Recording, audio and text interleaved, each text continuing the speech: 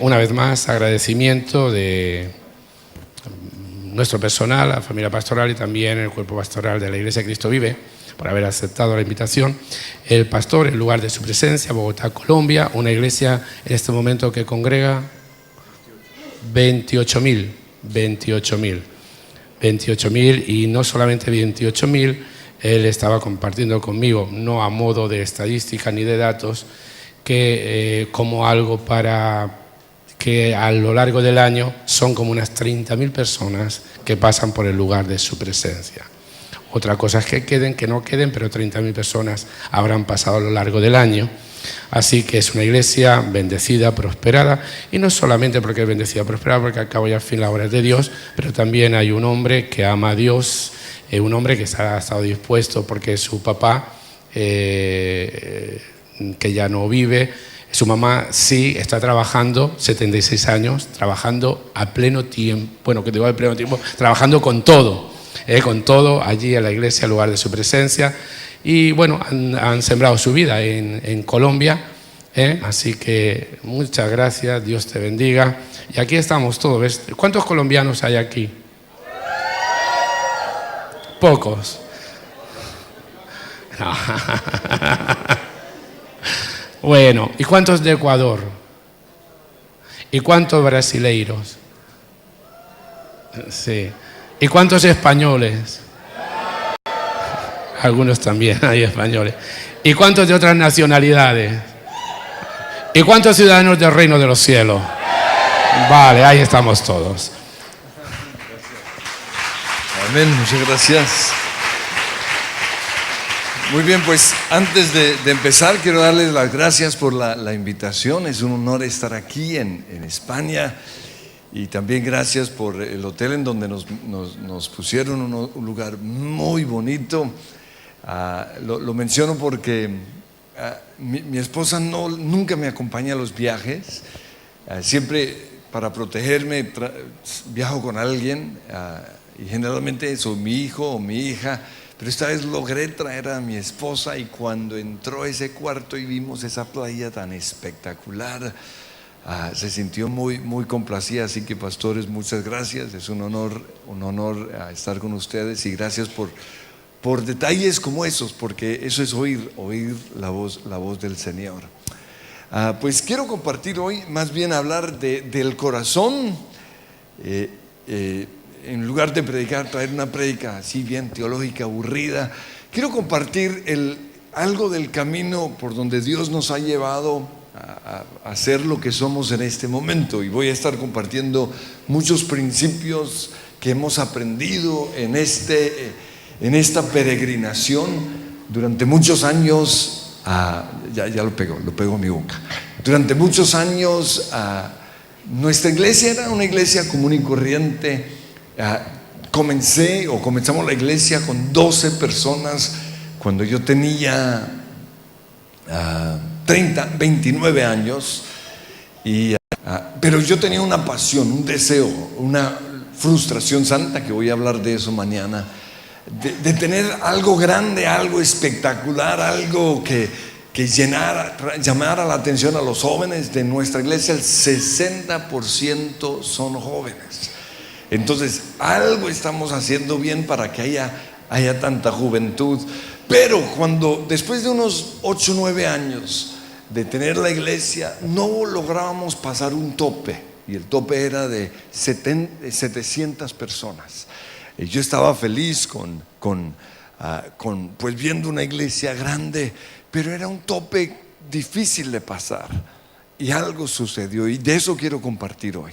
Y tiene que ver con el principio de la multiplicación, porque Dios quiere multiplicarnos. Y si en este momento en esta iglesia me dicen que hay 400 por reunión, entonces imagínense que Dios multiplique a cada uno de los que asisten a esta iglesia.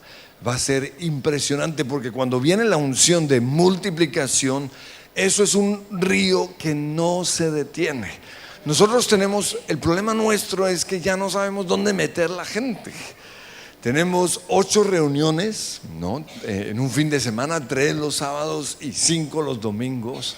Y cuando le toca a uno predicar, cuando me toca a mí, predico en todas las reuniones. Yo no acepto que incluso muchos predicadores no me aceptan la invitación a predicar porque dicen, no, 8 reuniones, yo no le predico a eso. Pero yo veo que cada reunión es como un hijo. Yo no le puedo dar a un hijo más que a otro. En cada reunión se le tiene que dar la misma calidad. Pero no solo eso, sino que además de tener el auditorio principal, tenemos en este momento iglesia principal. Nos vamos a los otros lugares o vamos llevando a las personas a los otros lugares. Pero ¿cómo llegamos a tener semejante crecimiento? Pues la ley de la multiplicación es muy sencilla. Pero Dios, si va a traer la unción de multiplicación a un lugar, y esto lo puede usted aplicar a su empresa, a sus finanzas, a lo que sea. Dios no va a dar esa unción de multiplicación a una persona mediocre. Porque la ley de la multiplicación es que cada cosa se multiplica según su especie. Entonces, si en una iglesia hay 500 cristianos mediocres y Dios trae la unción de multiplicación, ¿cuál va a ser el resultado? Miles de cristianos mediocres. Y Dios no es bobo. Por eso Dios no va a traer una unción de multiplicación si somos cristianos mediocres. Pero el problema es, y este fue mi caso, que uno no se da cuenta de su mediocridad. Todos nosotros nos creemos super cristianos, apasionados, entregados a Dios.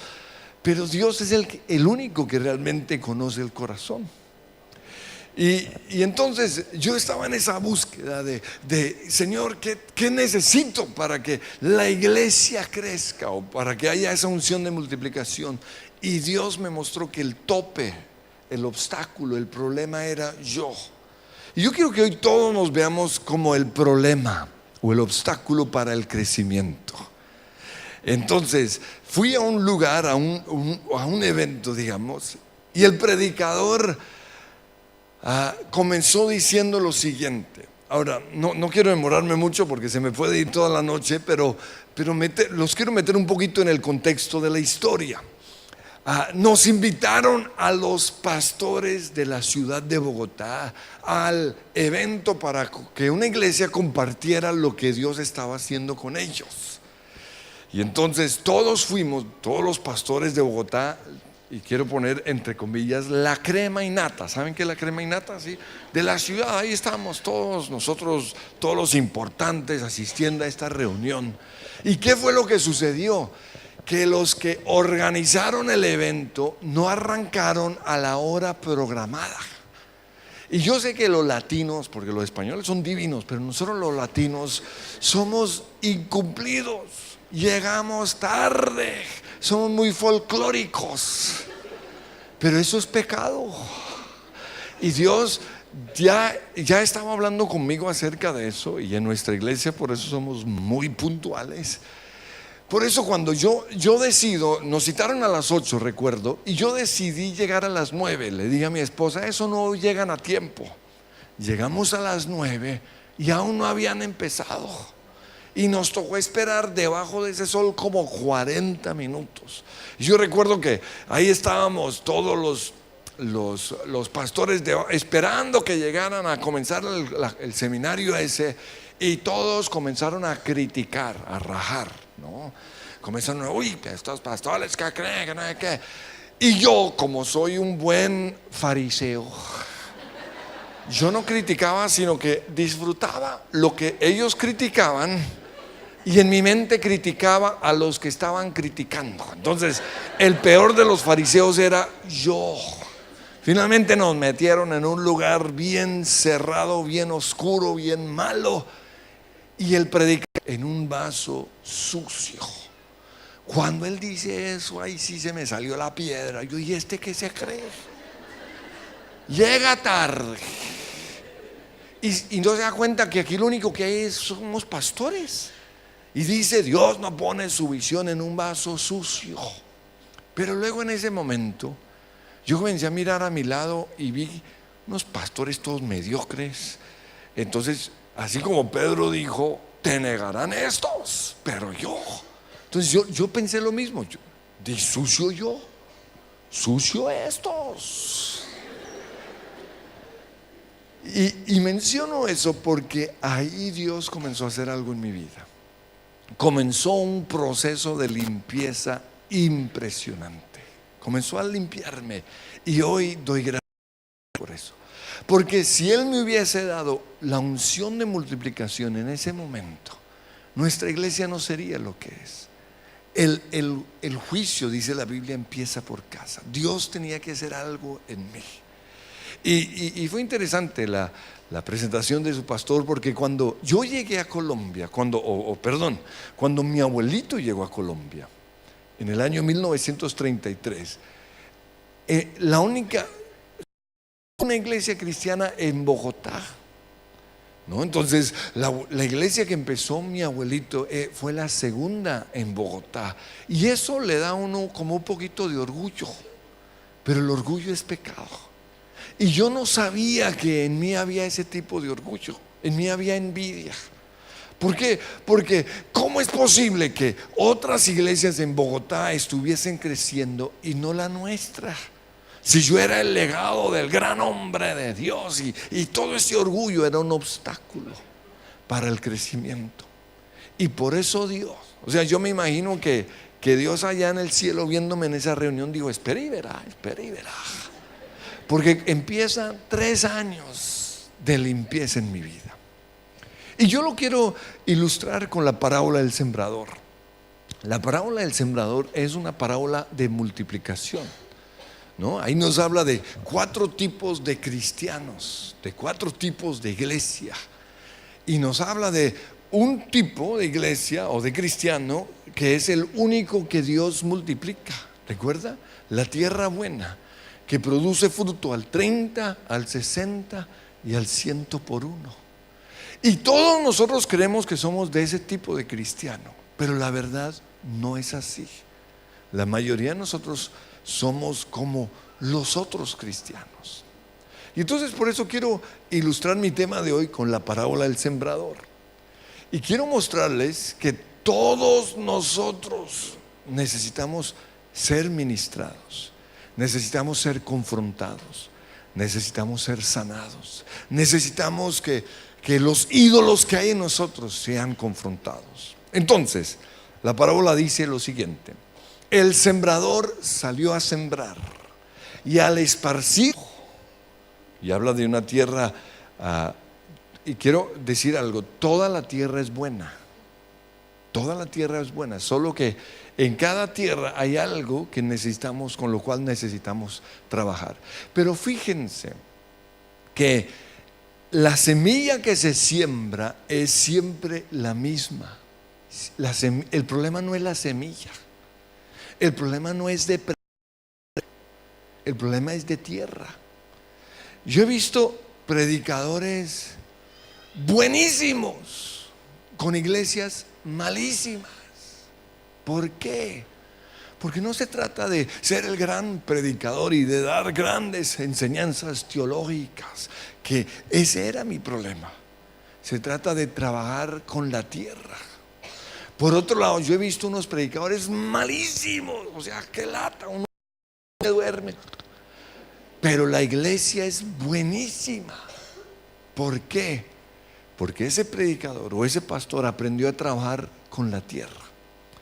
Entonces, no es ni la palabra ni el predicador, no es el sembrador ni la semilla, es el lugar en donde cae la tierra, la semilla. Y yo quiero que ustedes piensen, cuando aquí se da una palabra, ¿cómo es su recepción? ¿Cómo son ustedes como tierra? Porque dice, parte cayó junto al camino, y vinieron las aves, dice, y se comieron esa semilla. Entonces, es una tierra buena, todos nosotros somos tierra buena, pero junto al camino es el lugar en donde la gente camina. Digamos, el pastor el sembrador, cuando echa la semilla por ahí. Entonces, estos son cristianos buenos, pero que han sido pisoteados. La vida los ha pisoteado. Y por eso la palabra no les entra, pero por ningún lado. Y por eso quiero hoy preguntarles, ¿quién los ha pisoteado a ustedes? ¿Por qué su corazón está tan duro? Porque usted oye y oye prédicas, pero nada le sirve. ¿Quién le hizo daño? Esto tiene que ver con los cristianos que han sido pisoteados. Infortunadamente hemos sido pisoteados desde antes de nacer. Fuimos rechazados. No fuimos un deseo de nuestros papás. Fuimos quizás un accidente, ¿no? La niña queda embarazada después de un beso largo con el novio.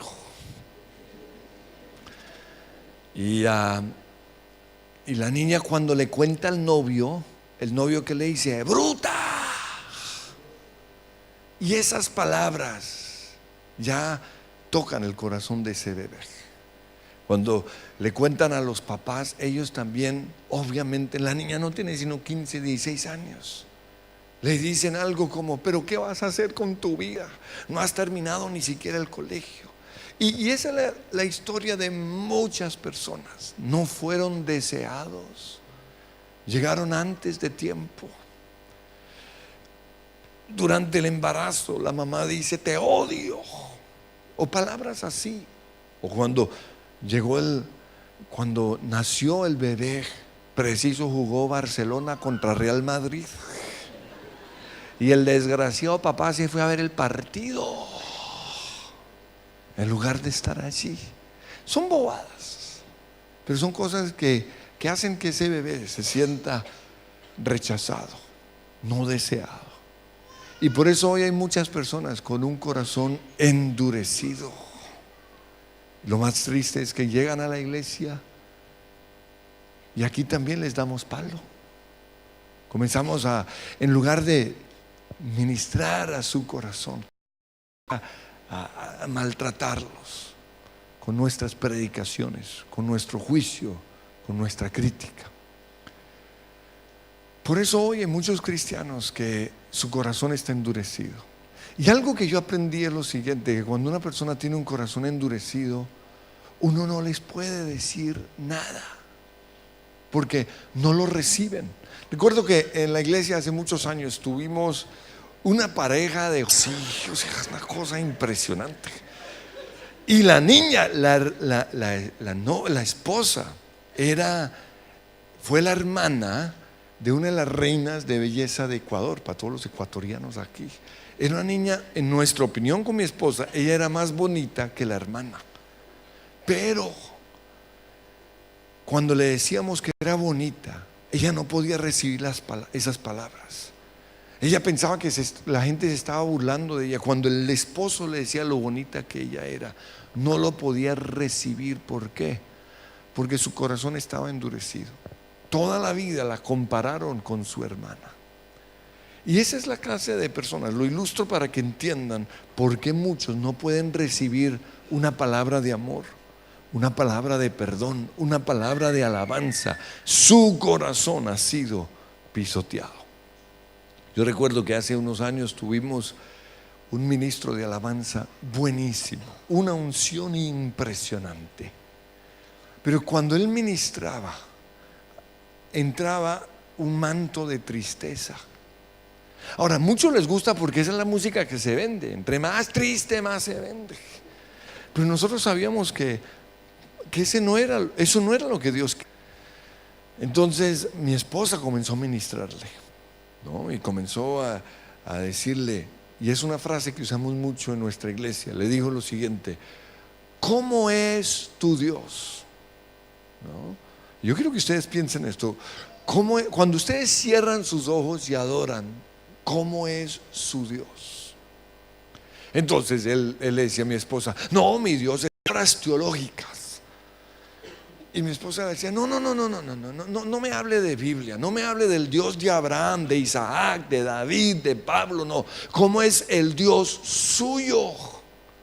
Y otra vez volvía a decir, no, Él es todopoderoso, maravilloso. Él es un salmista, los salmistas se aprenden esas cosas.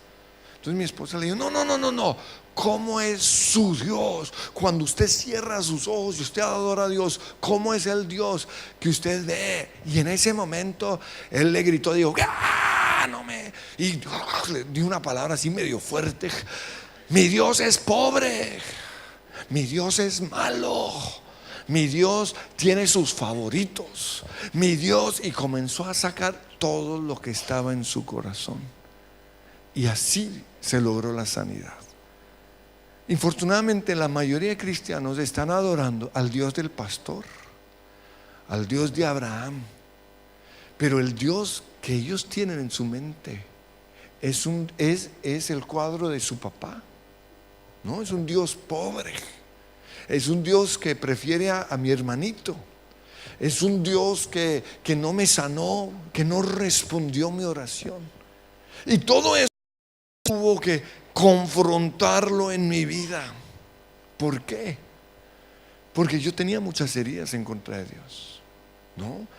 En mi opinión, Dios bendecía a otros misioneros, pero no a mis papás.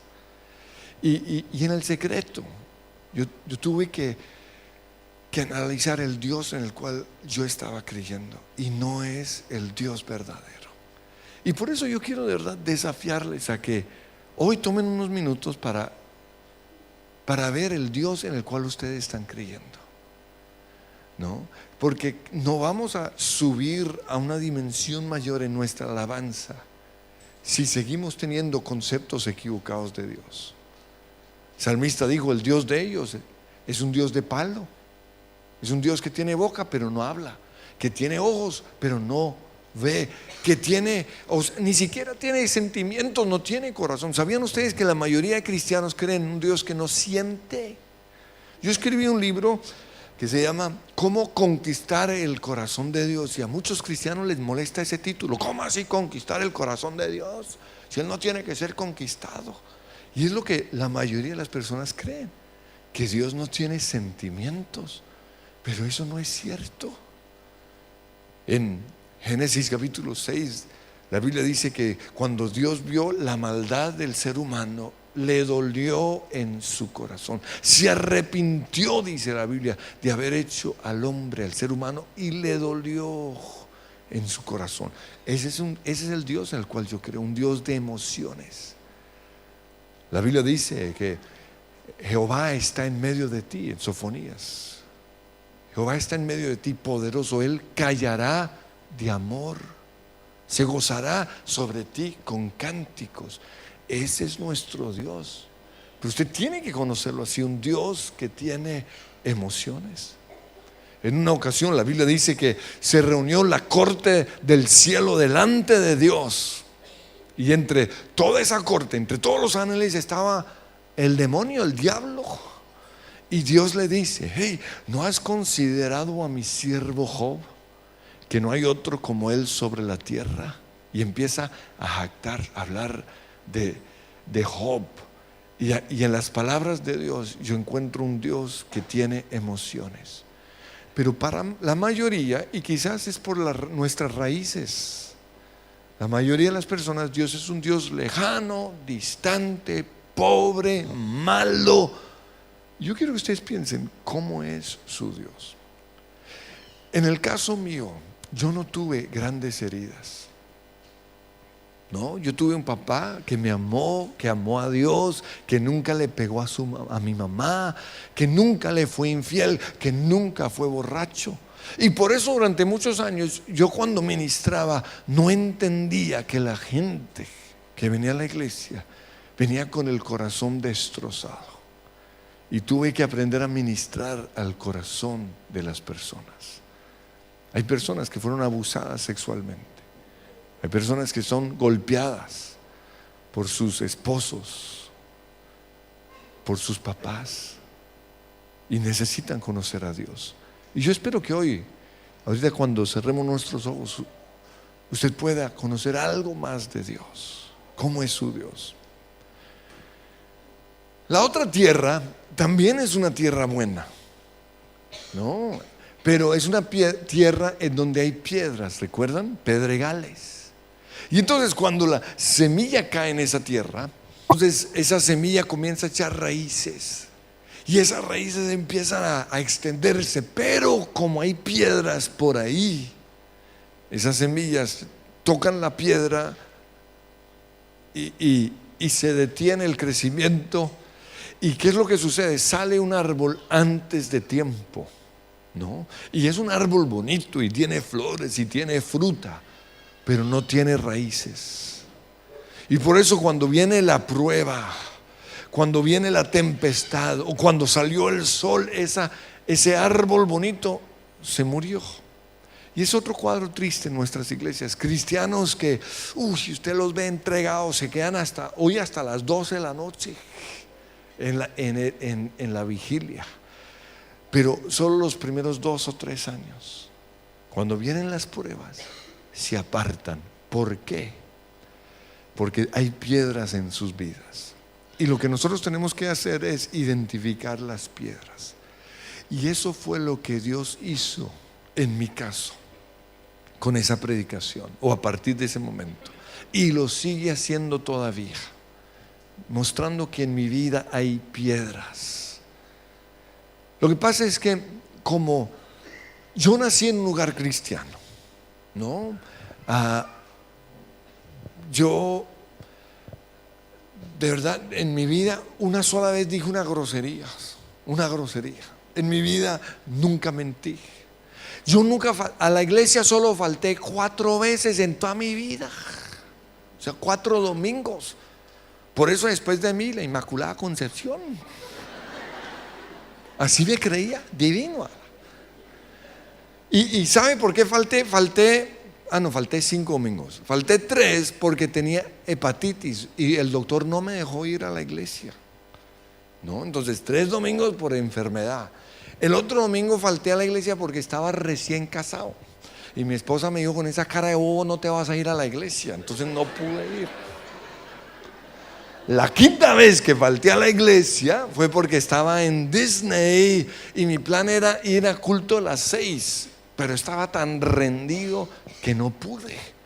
Por eso cuando este predicador viene y dice: Dios no pone su visión en un vaso sucio, a mí me dio rabia, porque yo me creía muy santito. Y Dios dijo: santito, ya vamos a ver. ¿Por qué? Porque el pecado está en todos nosotros. Lo que pasa es que el pecado necesita ciertas situaciones para que se salga. Y una de esas situaciones es el tráfico de Bogotá. O sea, ese tráfico es terrible. Y yo recuerdo que un día yo iba en mi carro, ¿no? Y llevaba como 20 minutos pasando 2 cuadras. No, subimos un puente y luego bajamos, y de repente ahí, a la bajada de ese puente, unos carros se querían meter así nomás. Ellos no habían aguantado los 30 minutos que yo había aguantado, entonces yo no les iba a dar la vía, no señor. Pero como uno es cristiano, uno lo hace sin que se den cuenta, ¿no? Entonces uno sonriendo. Y hay una señora que a metérseme, y yo no. Y la señora le dio rabia y me hace: ¿qué? No, me pelea así con el pito. Y yo en ese momento: ¿qué? Y me reconoce y dice: ¡ay, pastor! Y a partir de ese día, todos los domingos en la iglesia me veía: ajá. Entonces, ojo, secreto es decir ahí en la oración, o Dios nos los exhibe públicamente. Eso fue lo que le pasó a Pedro. Jesús lo confrontó. Le dijo: Satanás me ha pedido permiso para zarandearte, y yo se lo di. ¿Por qué? Porque Pedro tenía muchas cosas con las cuales yo me identifico. Y que Dios o Jesús lo lleva a Getsemaní. ¿Para qué? Para revelarle esas cosas, para que él ahí dijera: Señor, yo soy orgulloso, yo me creo más que los otros discípulos. Dios quería eso, que en el secreto él dijera su pecado. Pero como no lo hizo, todo su pecado quedó escrito en los evangelios. Entonces nosotros podemos elegir o hacemos en el secreto. Y cada vez que yo manejo, yo voy reconociendo mis tendencias pecaminosas. Porque yo no quiero otra zapa en la iglesia señalándome delante de todo el mundo. ¿Saben qué es una zapa, no? Otra cosa, recuerdo que la timidez es pecado, ¿no? Yo soy una persona introvertida. Ser introvertido no es pecado. No, hay extrovertidos, si los conoce, esa gente fascinante. Y hay el bobo introvertido que soy yo, ese es el introvertido. Mi esposa, cuando la conozcan, ella es extrovertida, todo el mundo saluda, o sea, divina. Y yo todo. El problema es que dentro de mi temperamento introvertido, yo me volví tímido. Tímido es que no saludaba, que me sentía acomplejado y así. Falsa humildad se llama. ¿No? Muchos dirían, ay, qué tipo tan humilde. ¿Qué humilde? Eso es orgullo, pero al otro lado. Así era yo.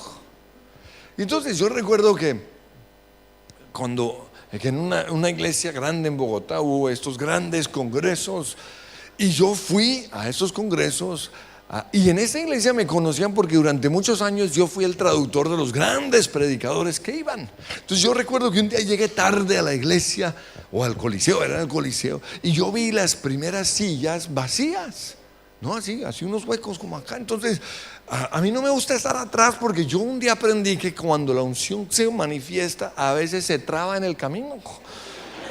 Entonces yo no quiero que me trabe la unción, yo me hago al frente. Me hice ahí, ¡juá!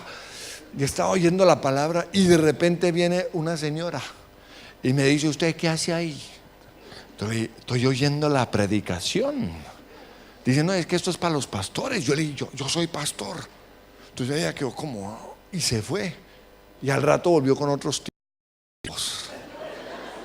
Me hicieron parar. Me sacaron a la esquina y me mandaron a sentar por allá arriba. En Colombia lo llamamos gorriones, por allá arriba, lejos, lejos. Ahora, yo sé que nadie se dio cuenta, pero en mi mente de un niño acomplejado, de un hombre acomplejado, yo me imaginé que todo el mundo estaba diciendo, ese gringo que estaba sentado ahí. Una señora amablemente le pidió que si se corría, y no hizo el favor, le tocó traer a esos polizones, y yo me imaginé que me jalaban, y yo no quiero. Bueno, en fin, terminé ahí arriba, y en esas crucé mis brazos y yo le dije a Dios, no vuelvo. Y Dios me dijo, si no regresas, no vas a recibir lo que te quiero dar. Y sabe que en Colombia muchos pastores se perdieron la bendición porque no soportaron esas humillaciones. Ahora, yo no estoy de acuerdo en que nosotros hagamos las cosas a propósito, porque es Dios el que nos va a confrontar. Pero en mi caso, más bien, Dios dispone todo para el bien. Y si en una iglesia hacen cosas que no deberían hacer, nosotros debemos confiar en que Dios lo va a usar para formar nuestro carácter. Al año siguiente yo regresé al mismo evento, pero yo ya era de los pastores. Yo ya tenía escarapela que decía pastor. Y yo recuerdo que en ese evento, a este lado estaban los de habla inglesa, todos los que hablaban inglés, y a este lado todos los que hablaban español. Y yo estaba ahí con todos los famosos, ¿no? Todos esos argentinos que usted ve en enlace. Yo me sentía importantísimo. Y yo recuerdo que me senté ahí en la esquina, más o menos, por ahí en la mitad, y estábamos disfrutando tremenda predicación, cuando de repente a los gringos se les dañó la traducción, los audífonos. Ahora, si eso nos pasa a nosotros los latinos atolondrados, nosotros quedamos como, bueno, la voluntad de Dios hay. Pero un gringo no. Un gringo se levanta y se estaban tirando la predicación. Entonces, como yo siempre era traductor, dije, pues, les traduzco, ¿no? Y ahí comencé la lucha con mis complejos. Finalmente recuerdo que me pasé a la mitad, había un cajón ahí en la mitad, y empecé a traducirles la predicación. Y todos me rodearon y estaban siendo bendecidos. Y en esas vienen 3 ujieres. Yo no sé si eran los mismos de la otra vez. El problema es que como estaba tan emocionada la traducción, el cajón en donde yo estaba era donde estaba la cámara. Y la cámara se estaba moviendo así. Pero Dios usó esa situación para confrontar. Entonces yo quiero que piensen, hay piedras, pecaditos en su vida. Dios quiere que los saquemos a la luz. Yo recuerdo que recién casado, teníamos 1 año, 2 años de casados con mi esposa y de repente le pisé piso blanco con mis zapatos sucios. ¿A quién se le ocurre tener un piso blanco en la cocina? ¡Qué locura! ¿No? Y ella se comenzó a pelear. Le dije, ¿dónde está el mugre? Saqué mi microscopio y no vi nada. Y comenzamos a pelear, a pelear. Y en medio de esa pelea, de repente algo pasó. Y yo la agarré del pescuezo y la senté en la cama. Y cuando yo hice eso, yo mismo me asusté, porque en mi vida nunca había visto violencia familiar. Y vi mi reacción, pero como estamos peleando, yo tenía que ganarle. Por eso le dije, uy, tú eres la única que ha sacado lo peor que hay en mí. O sea, en otras palabras, maldita tú. Pero cuando yo dije eso, Dios me llevó a pensar en lo que estaba diciendo. Tú eres la única que ha sacado lo peor que hay en mí. Entonces eso está en mí. Y comencé a trabajar con eso. Y en el corazón de todos nosotros hay maldad, hay pecado. Y lo que tenemos que hacer es sacarlo. ¿Por qué? Porque Dios no va a traer una unción de multiplicación a una iglesia o a una empresa si lo que Él quiere multiplicar no es como Él desea que sea. En tercer lugar, otra parte de la semilla cayó en una buena tierra. Pero dice la Biblia en donde había espinas, ¿recuerdan? Maleza. Y esa semilla creció, echó raíces bien profundas, salió un árbol tremendo, frutas, flores, era algo espectacular. Pero también creció la maleza y con el tiempo ese árbol y se murió. Esa maleza tiene que ver con los ídolos. Y yo sé que ya en nosotros ya no hay ídolos como antes teníamos. Nosotros ya no nos postramos delante de imágenes, ni confiamos en esa clase de ídolos. Pero hay otro tipo de ídolos. Se llama el Real Madrid. No sé cuál es su equipo atlético, bueno, en fin. Se llama Alonso, ¿no? El de Fórmula 1. Se llama el carro nuevo que compramos. No, ¿quién se metió en mi carro a comer helado? ¿Saben qué es helado? Sí, helado. Se llama la porcelana de la casa. Hay mamás que no dejan a sus hijos patinar por la casa, imagínense eso. Que porque le raya el piso. Todos esos son ídolos que tienen que ser confrontados. El ídolo principal de todos nosotros sí es la plata. No, yo he perdido mucha plata, pero porque Dios quería romper ese ídolo que había en mí. Pero yo recuerdo que uno de mis ídolos fue un carro.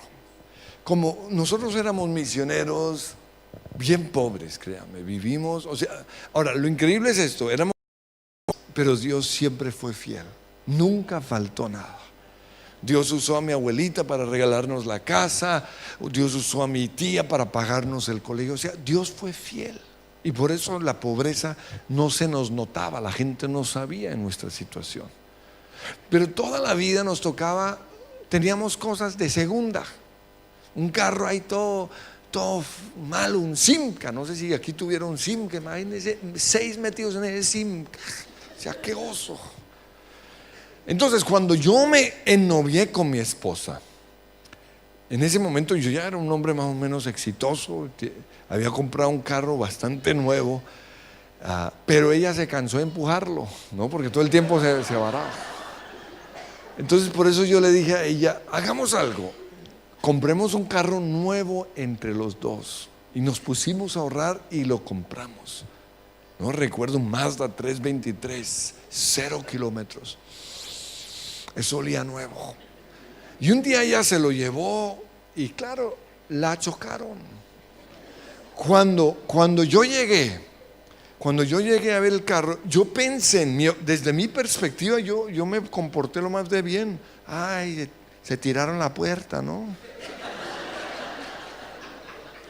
En fin, lo mandé a arreglar. Y un día íbamos al pueblo donde vive mi esposa. Ella vive como a 120 kilómetros de Bogotá. Y era un 31, era un 1 de enero. Entonces no había nadie en las calles de Colombia. Yo iba como a 130.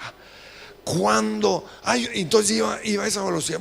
Y a esa velocidad yo empecé a oír que se oía un vientico entrando por la puerta que mi esposa había dañado, ¿no? Sonaba. Entonces le dije a mi esposa, oye, suena como un vientico, ¿no es cierto? Yo creo que cuando dije eso, Dios dijo, y este desgraciado se buscó un borracho en el próximo pueblo, lo montó en una zorra. ¿Saben qué es una zorra? Un caballo que va detrás, un caballo y atrás va como una carreta, ¿sí? Y el tipo borracho se atraviesa por donde yo voy. Cuando lo veo, recuerdo, patinó como 100 metros y me tiré todo el borde de la ventana, ¿no? O sea, el carro golpeó el paral, ¿no? Y se rompió el vidrio al frente y el del lado. Y mi esposa me dice, ¿todavía le suena el vientico?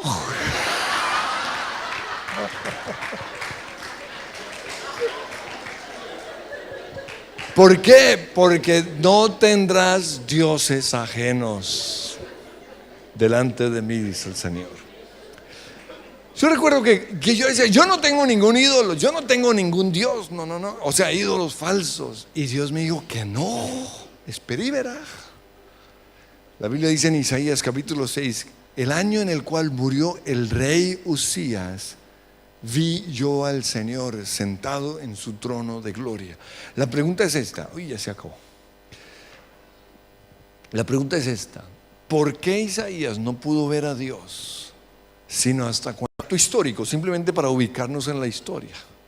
Pero también es probable que Isaías no pudo ver a Dios sino hasta después de la muerte del rey Usías.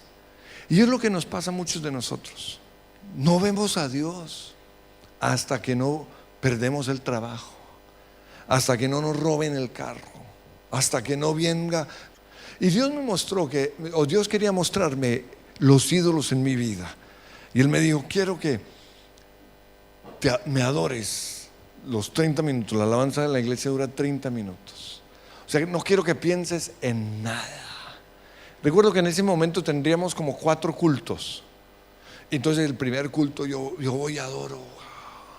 Y en medio de la alabanza comienzo a pensar en el sonido. ¿Pero qué tendrá el sonido? ¿Por qué suena tan raro? ¿No? El músico, pero ¿cómo van a poner ese baterista? Pero aprenda, mi hijo, a tocar. Imagínense. Los 4 cultos me rajé. Y comencé a trabajar. Me di cuenta que yo no era capaz de adorar 30 minutos y solo muchas cosas en la predicación, en las luces, en el sonido, en todo menos en Dios.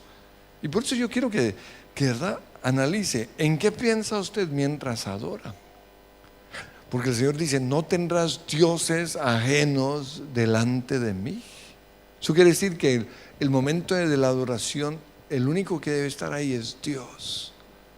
Y nuestras palabras, nuestras canciones deben ser dirigidas totalmente a Él. Pero de verdad muchos mientras están adorando, el marido le dice, oye, mi hija, ¿apagaste la estufa? O comenzamos a pensar, ¿será que ya vino Gabriel? Las niñas, ay, Gabrielito, nada que viene Gabriel. Dios no comparte su gloria con nadie. Entonces yo quiero que pensemos en eso y quiero invitarles a que se pongan de pie. Y Señor, yo te pido que en este momento podamos en primer lugar reconocer las piedras que hay en nuestra vida. Esas cosas, Señor, que salen en momentos difíciles. Esos pecaditos ocultos. Esas cosas, Señor, que no nos dejan experimentar.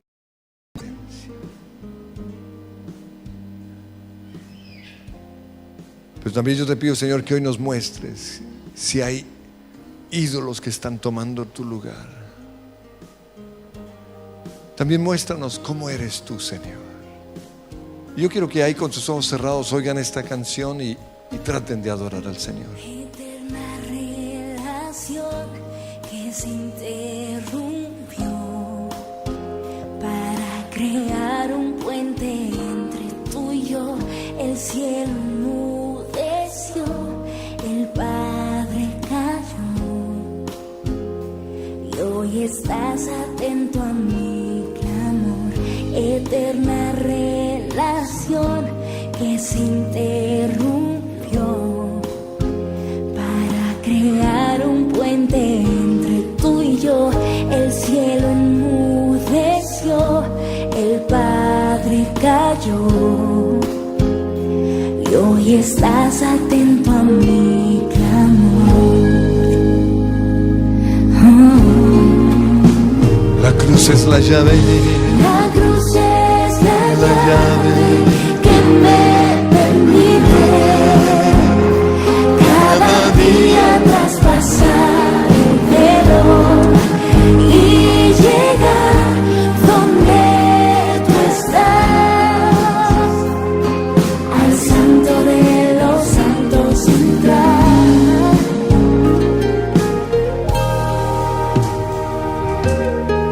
Anhelo y desfallezco, mi deseo es sentarme allí donde tu misericordia me hace descansar, donde tú eres mi hogar. Una vez más, la cruz es la llave. La cruz es la llave que me permite cada día traspasar el velo y llegar donde tú estás, al santo de los santos entrar. La cruz es la llave que me permite cada día traspasar el velo y llegar donde tú estás, al santo de los santos entrar. Y yo invito a que ustedes entren al santo de los santos, al lugar en donde está Dios, y le digan: quiero verte, Señor, quiero conocerte, que quites las mentiras que he creído, Señor. Sana mi corazón, Jesús, sana mi corazón, sáname, Señor, y verte a ti, y verte a ti, y verme en ti, y recibir tu gracia y paz. Mi corazón dichoso está por verte a ti, por verme en ti, y verte a ti,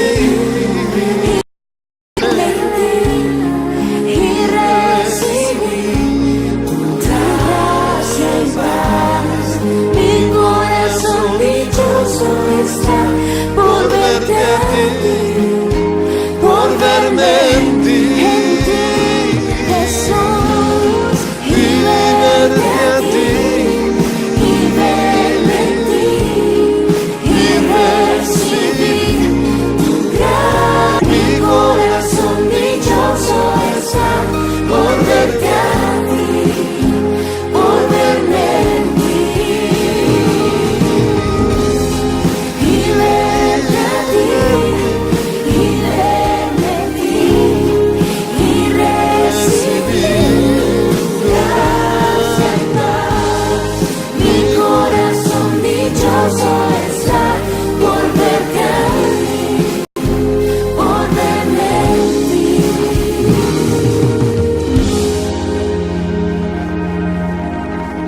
Señor, yo te pido que aquellos que no han podido verte como tú realmente eres, que puedan tener ese encuentro contigo hoy.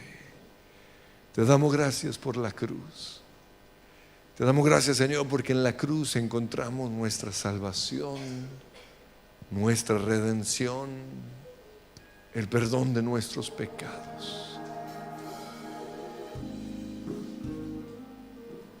Y yo te pido, Señor, que en este momento podamos encontrar también nuestra liberación. Sana el corazón de aquel que fue abusado. Sana el corazón de aquel que no tuvo papá. Aquel, Señor, que cuando cierra los ojos y trata de verte, no logra verte. Sánalo, Señor. Que hoy pueda verte como eres tú. Que pueda verte como papá. Como un papá que ama a su hijo. Como un papá que lo abraza, que lo desea. Como un papá que lo lleva a que se realice ese sueño de volar quizás, de viajar. Señor, hoy sana todo lo que mi papá no me dio. Sánalo tú, Señor. Ayúdanos, Señor, hoy a quitar el pecado que no nos deja verte. Pero también ayúdanos a quitar esas espinas que están ahogándonos. Yo te pido, Señor, que hoy se inicie algo nuevo en esta iglesia. Que hoy se inicie algo nuevo en Alicante. Que hoy algo suceda. Señor, tú sabes que nos quedan 2 o 3 horas más. Que algo espectacular suceda. Que se rompa toda barrera, Señor. Que podamos cruzar el velo y verte a ti y oírte, Señor, y verte a ti y verme en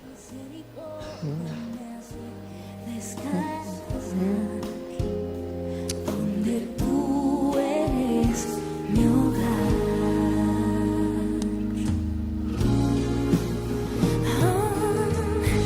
la cruz es la llave que me permite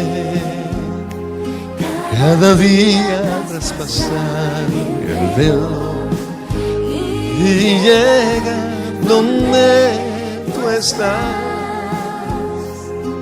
al santo de los santos entrar. La cruz es la llave que me permite cada día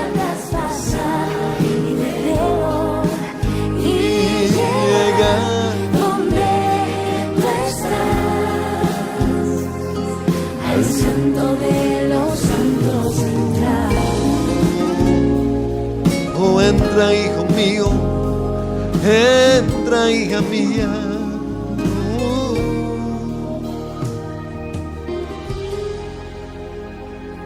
Señor, que nuestros ojos sean abiertos, que nuestro corazón sea sanado. Que el dolor más profundo, Señor, quede clavado hoy en la cruz. Que algo suceda, Señor. Que algo suceda. Oh, sí. Y verte a ti. Y verme en ti. Y recibir Tu gracia y paz. mi corazón dichoso está por verte a ti, por verme en